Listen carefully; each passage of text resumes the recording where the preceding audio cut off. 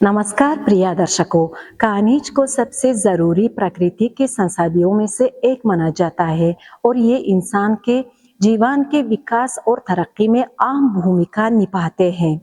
इन प्रकृति के संसाधनों में से एक है घर्नित खनिज, जिसका एक नमूना राष्ट्रीय संग्रहालय के प्राकृतिक विभाग में प्रदर्शित है। घर्नित खनिज प्रकृति के पुराने और रंगीन खनिजों में से एक है। इसका नाम लेइथान ग्रेनिथम शब्द से आया है, जिसका मतलब अनाज होता है, क्योंकि ये खनिज अनार का दाना जैसा दिखाता है।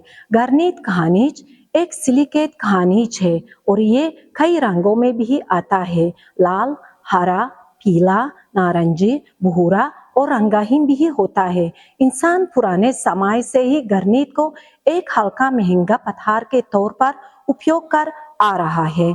आज भी इसका चमक की वजह से इसको ज़ेवरात और सजावटी कला में बहुत महत्व दिया जाता है। प्रिय दर्शकों, इस महंगा हल्का पत्थर को देखने और जाने के लिए आप कृपया राष्ट्रीय संग्रहालय में तशरीफ लाइए।